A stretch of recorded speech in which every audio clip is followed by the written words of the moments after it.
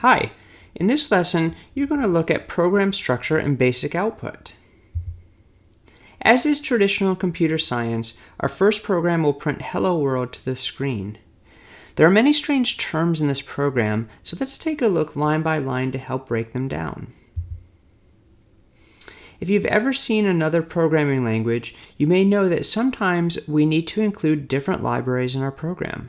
Think of a library as another program that needs to be loaded each time you run your code.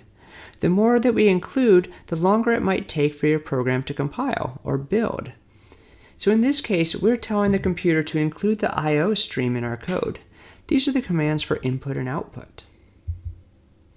The next command is the namespace command. C++ allows us to define our commands and redefine them depending on which context we're using them.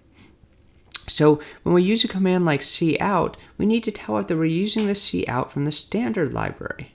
By including this line here, it allows us to leave off all of the std commands each time we use a command from that library. We're not going to get into redefining terms in this course, but you still need to include this line. The next group of commands is our main function. We will get more into function structures later, but for now, note that it starts with int main in an empty set of parentheses and ends with a return 0.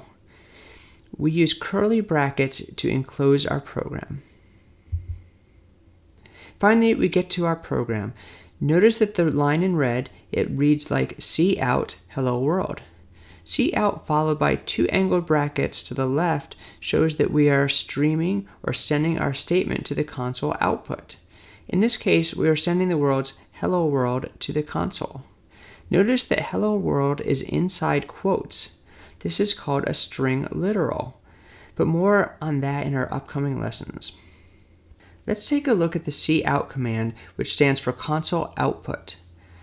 The cout command is used to send output to the screen, or as we say, the console. Think of it like streaming, and the double angled brackets are sending the information in that direction. You can add things to the stream by adding double angled brackets. To go to the next line, you can either add a \n inside the quotes, or an end L or end line to the stream.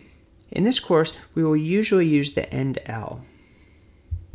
Now that we've seen our first program, let's review a few details about the program structure. Any import statement should be your first statements. The computer then reads from top to bottom, so you need to define things at the top to use later in the program. The main function is the starting point for execution, and by convention, this function returns 0. Anywhere within the program, you can use either multi-line comments starting with a /* and ending with a //, or you can use double slashes for a single line comment.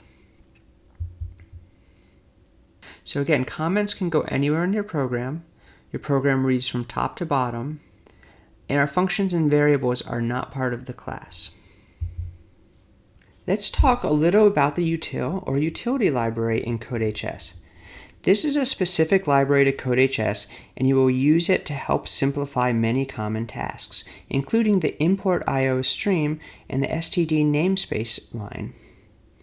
When you use the import util.h command, you can now leave off those other commands.